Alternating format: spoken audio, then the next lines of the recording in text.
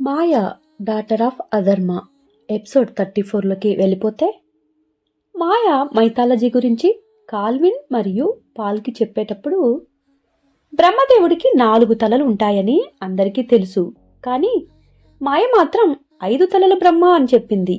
దానితో పాల్కి కొంత ఆశ్చర్యం కలిగింది. బ్రహ్మకి 4 తలలు అయితే నీవు ఎందుకు 5 తలలు అని చెప్తున్నావు? నువ్వు నిజంగా మైథాలజీ పుస్తకాలు చదివావా, లేదంటే నీ సొంతగా చెప్తున్నావా అని అడిగాడు. మాయ చిన్నగా నవ్వి, నేను అవి చదవటమే కాదు, దాని మీద రీసెర్చ్ కూడా చేశాను అని చెప్పాను కదా.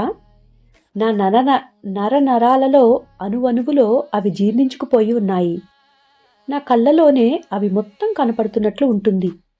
ఇక నాకు మరలా దాని గురించి చదవాల్సిందేముంది, తెలుసుకోవాల్సిందేముంటుంది? మా అమ్మ నాన్నలు చిన్నప్పుడు నాకు తినిపించే భోజనంతో సహా వీటన్నిటి గురించి వివరించారు అని తను చెప్తున్నప్పుడు తన కళ్ళల్లో మండుతున్నట్లుగా ఎర్రగా స్పార్క్ లాగా వెలిగి ఒక్కసారిగా ఆగిపోయింది. సరే సరే, ఇక మేము డౌట్స్ అన్నీ పక్కన పెడతాము. నీవు చెప్పు, తర్వాత ఏమైంది? ఇంతకీ ఆ బ్రహ్మగారు అధర్మను తన లోకంలో ఉంచాడా లేక బయటికి పంపించేశారా? చెప్పు అంటూ కాల్విన్ అడిగాడు. మాయముఖం ఒక్కసారిగా మారిపోయింది. తను ఎంతో ఆతృతగా ఆ కథను చెప్పాలి అన్న ఆశతోటి ఇక చెప్పటం మొదలుపెట్టేసింది. ఆ బ్రహ్మగారు రాసిన రాతకి తిరుగులేదు, ఇచ్చిన మాటకు వెనుకకు తగ్గేది లేదు అంటూ మొండి పట్టుతో కూర్చున్నాడు. ఇక ఆ ప్రపంచపు అధినేతలు అందరూ వచ్చి పంచాయతీ జరుగుతుంది చూడాలి అను ఉపలాటతోటి కూర్చున్నారు. మరోవైపు ఆ త్రిశూలేశుడు తన త్రిశూలాన్ని నేలకేసి గట్టిగా కొట్టాడు. ఒక్కసారిగా ఆ లోకమంతా అదిరిపోయింది. న్యాయం ఎవరికైనా ఒకటే, అందువలన ఏ కారణం వలన తనని ఈ లోకం నుండి పంపించాలనుకుంటున్నారో అది చెప్పండి అని అడిగాడు. అప్పుడు దేవతలట, వారి పేరు వారిలో నుండి ఒకరు తన రూపం చూశారా, ఎంత నల్లగా వికృతంగా ఉందో అని అన్నారు. అందరూ అధర్మ వైపు చెయ్యి చాపి చూపిస్తూ, అవును, ఏమిటి ఆ రూపం? అసలు తనను చూస్తుంటేనే ఏదో ఒంటిలో తెలియని వికారం కలుగుతుంది అని నవ్వారు అధర్మను చూస్తూ. ఆ త్రిశూలేశుడు ఒక్కసారిగా ఉరిమి చూశాడు. ఆ ప్రపంచం మొత్తం ప్రళయం వచ్చినట్లుగా కంపించిపోయింది.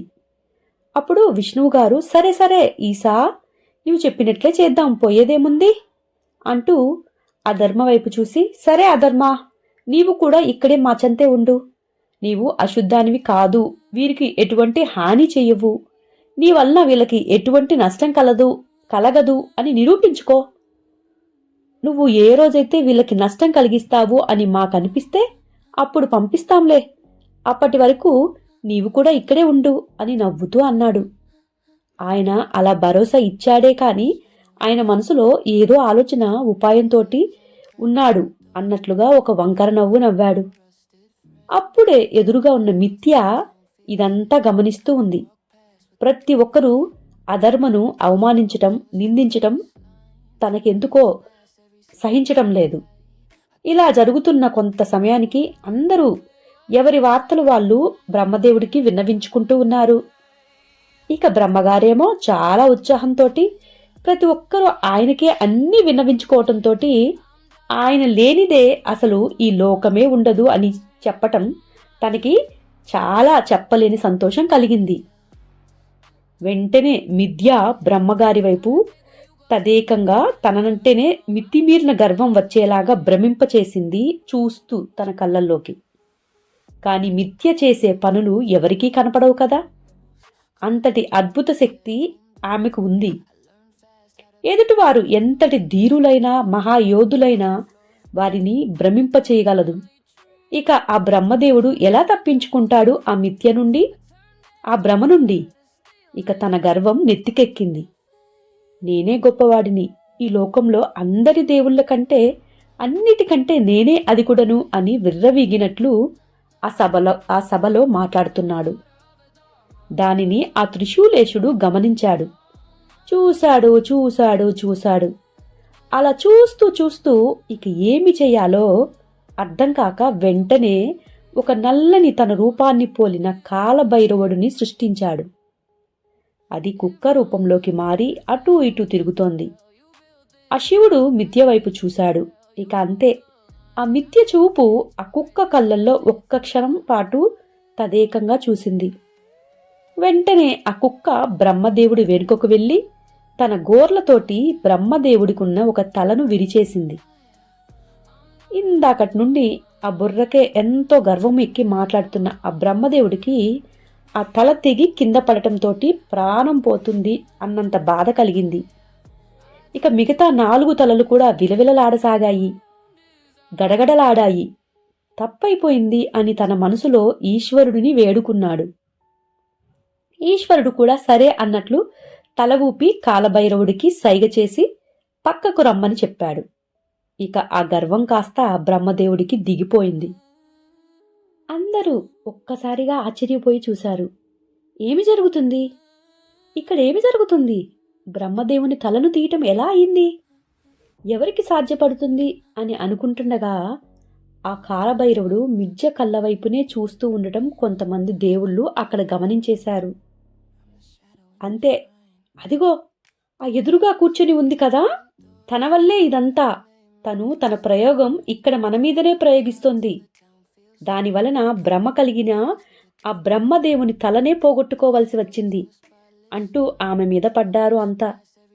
అప్పుడు ఆమెను కూడా ఆ లోకం నుండి బయటికి పంపించాలి అనుకున్నారు. అప్పుడే ఆ మిథ్య తప్పు ఏమీ లేదు, అంతా అధర్మ కోసం తను చేసింది అని ఆ శివుడు చెప్పాడు. మీరంతా ఈ సభలో అధర్మను కించపరుస్తున్నారు కదా. ఆమెకు అధర్మను చూసినప్పటి నుండి భ్రమ కలిగింది. తనే తన సర్వస్వం అని అనుకుంటోంది. అలాంటి సర్వస్వమైన అధర్మను మీరు ఈ నిండు సభలో బహిష్కరించాలని అంటుంటే తను ఎలా ఊరుకుంటుంది? అందుకనే తన గుండెలో రగిలే ఆ పగను ఇలా తీర్చుకుంది. ఇక మీరంతా మౌనంగా ఉండండి అని ఆదేశించాడు. బ్రహ్మదేవుడికి కూడా అహం తగ్గింది. కాని ఆ మిథ్య మరియు అధర్మ మీద కోపం మాత్రం తగ్గలేదు, ఇంకా రెట్టింపు అయిపోయింది. అప్పుడు అందరూ నువ్వు పరాయి మగవాడిని అలా వ్యామోహించడం ఎలాగా? నిన్ను ఎవరు పెళ్లి చేసుకుంటారు ఇక అని అన్నారు. అధర్మం ముందుకు వచ్చి నేనే చేసుకుంటాను. మీరు ఎటు నన్ను ఈ లోకం నుండి పంపిస్తున్నారు కదా, నేను వెళ్ళిపోతాను, తనని కూడా నాతో పంపించండి అని అన్నాడు. అందరికీ కూడా ఆ మాట సమ్మతం అనిపించలేదు. ఇప్పుడు అక్కడ ఉన్న ఆ దేవుడు అందరికీ అధర్మ అన్నా మిథ్య అన్నా కూడా అస్సలు పడటం లేదు. వారి ముఖ్య భయం ఏమిటంటే వారి మనసులలో ఉన్నది ఎక్కడ బయటపడుతుందో అనేది. వారు పేరుకి అక్కడ ఉన్నారు అన్న మాట, కానీ వారి మనసులన్నీ పరాయి స్త్రీల మీదే ఉంటాయి. ఆ దేవతలు వాళ్ళ భార్యతోటి తృప్తి పడకుండా మరొకరి భార్య మీద కన్ను వేసి ఉండటం వారికి అలవాటు బాగా. ఒక్కొక్కరికి ఒక్కొక్క భార్య సరిపోదు. కావున ఆ మిథ్య అక్కడ ఉంటే వారి అందరి మతులను చదివి అందరి ముందు భయపడేలా చేస్తుంది అని వారికి భయం. కానీ ఈ మాటను వారి మనసులో లోపలే అనుకోగలరు, కానీ ఎవరు బయటికి చెప్పలేరు కదా. మరి ఈ లోకాన్ని భ్రమింపచేసేదే మిథ్య. అసలు ప్రతి ఒక్కరి మనసులను ఆకర్షించగలదు, ఆకట్టుకోగలదు, ఆక్రమించగలదు కూడా తనే కదా. అందుకని వారు భయంతోటి అక్కడ ఉండనీయకుండా బయటికి పంపించాలి అనుకుంటున్నారు. అప్పుడే తన సోదరుడైన మరణం తన చెంతకు వచ్చి, నా చెల్లికి వివాహం చేయకుండా నేను అలా పరాయి వ్యక్తితో ఎలా పంపిస్తాను అని అన్నాడు. ఇక అందరి సమక్షంలో మీ ఇద్దరి మనసులను మీరు సరిపోతారు. ఇక మీరు తప్ప ఎవరు మీ ఇద్దరిని పెళ్లి చేసుకోలేరు కూడా. కాబట్టి సరే, ఎటు నీవు బ్రహ్మదేవుడికే పుట్టావు కనుక ఆ పెళ్లి తంతు కాస్త ముగించేస్తాం. కానీ మీ ఇద్దరి వివాహం జరిపించేశాక మా పని కాస్త పూర్తి కూడా అయిపోతుంది అని అనుకుని అధర్మకు మిథ్యకు అందరూ కలిసి పెళ్లి చేశారు. వారిద్దరూ ఒకరికొకరు ప్రాణంగా కలిసిమెలిసి ఉండాలి అని ప్రమాణాలు చేసుకున్నారు. ఇక వాళ్ళు అక్కడే సంతోషంగా ఉన్నాము అనుకునే అవకాశం అయితే లేదు కదా. కానీ వారు ఎక్కడికి వెళ్ళాలి, ఏంటి అనేది ఏమీ తెలియటం లేదు. ఇప్పుడు వారిద్దరిని భరించగలిగేవారు ఎవరున్నారు? వారికి ఎవరు ఆశ్రయం ఇస్తారు? దేవుళ్ళు దేవతలు అందరూ బహిష్కరించిన వారు కదా. ఒకవేళ ఇవ్వాలని మనసులో ఉన్నా కూడా వారు కూడా ఈ లోకం నుండి బహిష్కరింపబడతారేమో అని ఒకరికొకరు భయపడుతున్నారు. కొంతమంది మిథ్య అంత అందమైన ఆకర్షణమైన ఆమె వారి లోకం నుండి వెళ్ళిపోతుంది అనేది కూడా జీర్ణించుకోలేకపోయారు. ఆమె ఎవరికీ దక్కలేకపోతుంది. ఇలాంటి నికృష్టమైన అధర్మకు ఎలా దక్కుతుంది అని కూడా కొంతమంది మనసులో వ్యసనంతో ఉన్నారు. ఆమె పిల్లి జాతి వంశస్థురాలు. ఆమె కళ్ళు పిల్లి కళ్ళులాగా ఉండటం వలన ప్రతి ఒక్కరికి ఆమె చాలా ఆకర్షణగా కనపడుతుంది. ఆమె ఈ లోకంలోనే ఏ లోకంలో అయినా సరే అంత అందమైన స్త్రీ. ఆమె కళ్ళల్లోకి కళ్ళు పెట్టిన ఏ మగవాడు తనని మోహించకుండా ఉండలేడు.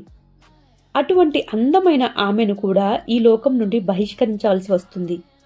కానీ ఇప్పుడు తనకి అధర్మతో పాటు ఆశ్రయమిచ్చేది ఎవరు అనేది మాత్రం అందరి మనసులో ప్రశ్నగా మిగిలిపోయింది.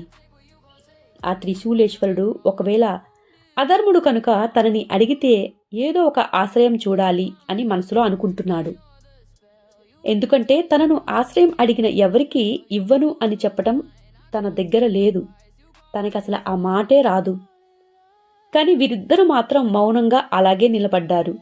ఎవరినీ ఆశ్రయం కూడా అడగటం లేదు అని మాయ చెప్తూ ఉండగా, అయ్యో అవునా, తను ఎలాగోలా ఆ త్రిశూలేశ్వరుడిని ఆశ్రయం కోరవచ్చు కదా, అడిగితే ఏమవుతుంది అని ఎంతో ఉత్సాహంతోటి తర్వాత ఏం జరగబోతుంది అని తపనతోటి పాల్ మాయని అడిగాడు.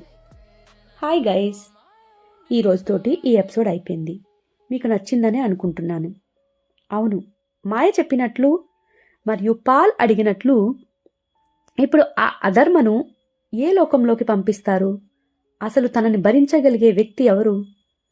మరి తనేమో త్రిశూలేశ్వరుడిని అడగటానికి మరి సమ్మతించలేదు, మౌనంగా ఉన్నాడు. చూద్దాం నెక్స్ట్ ఎపిసోడ్లో ఏం జరగబోతుందో. ఈ స్టోరీ మీకు నచ్చిందనే అనుకుంటున్నాను. నచ్చితే ఒక కామెంట్ చేయొచ్చు కదా. దీని గురించి ఇంకా మీకు ఏదైనా పూర్తి డీటెయిల్స్ తెలిస్తే కూడా నాకు చెప్పండి. నాకు తెలిసినంత వరకు, నేను కొంత నేర్చుకున్నంత వరకు చెప్తున్నాను. దీనిలో ఏ మతాలని, మన హిందూ మతత్వాన్ని కించపరచాలని ఎటువంటి ఉద్దేశం మాకు లేదు. అన్ని మతాలని గౌరవించటం మాత్రమే మాకు తెలిసిన ముఖ్యమైన, చిన్నప్పటి నుంచి నేర్చుకున్న విలువలు. కాబట్టి ఇది కథలాగే తీసుకోండి. ఇది జస్ట్ ఫిక్షనల్ స్టోరీ మాత్రమే, ఒక కల్పిత స్టోరీ మాత్రమే. ఎవరిని తప్పుగా వివరించాలని మా ఉద్దేశం కాదు. ఏదైనా తప్పులుంటే మన్నించగలరు.